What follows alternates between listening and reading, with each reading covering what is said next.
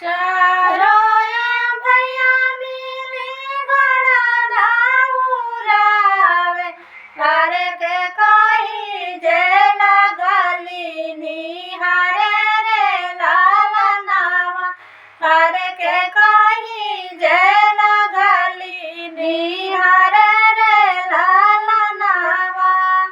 अबले जे जौके राजा राम जनमावा, अरे अब जौके राम बियाह रे लालनावा, अरे अब जौके राम बियाह रे लालनावा।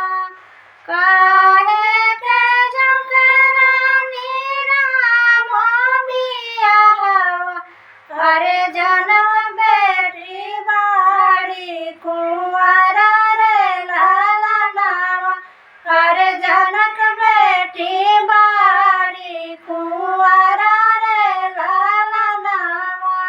अरे राम के करबो बियाह रे लालनावा, अरे राम के करबो बियाह रे लालनावा।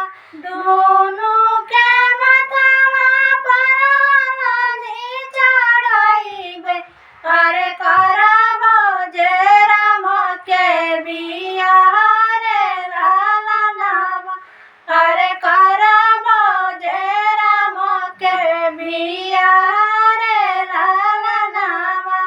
भीतर से निकलली मैया घोषल, अरे सुनो राजा राजा हमारा रे लालनावा, अरे सुनो राजा राजा हमारा रे लालनावा।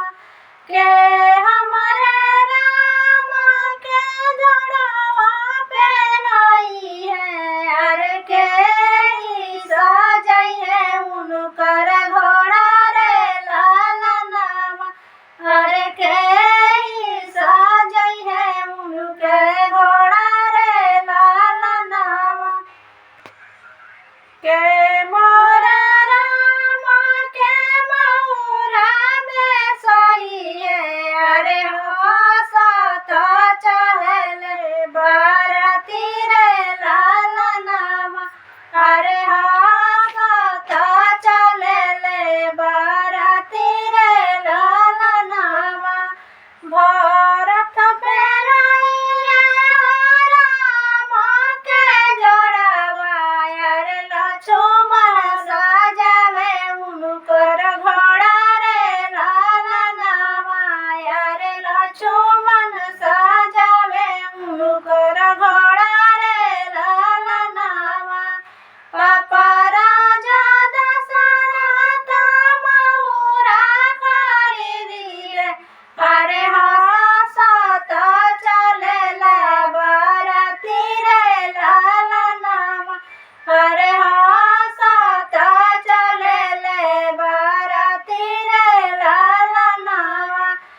एक कोस गइले दूसरा कोस गइले, अरे तीसर कोस बोले लागे कागा रे लालनावा, अरे तीसर कोस बोले लागे कागा रे लालनावा।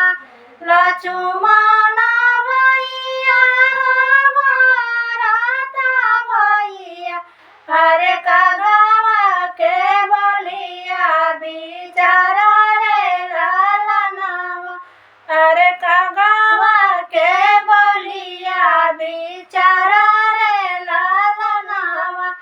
एतनी वचन लक्ष्मण, एतनी वचन तब सुनल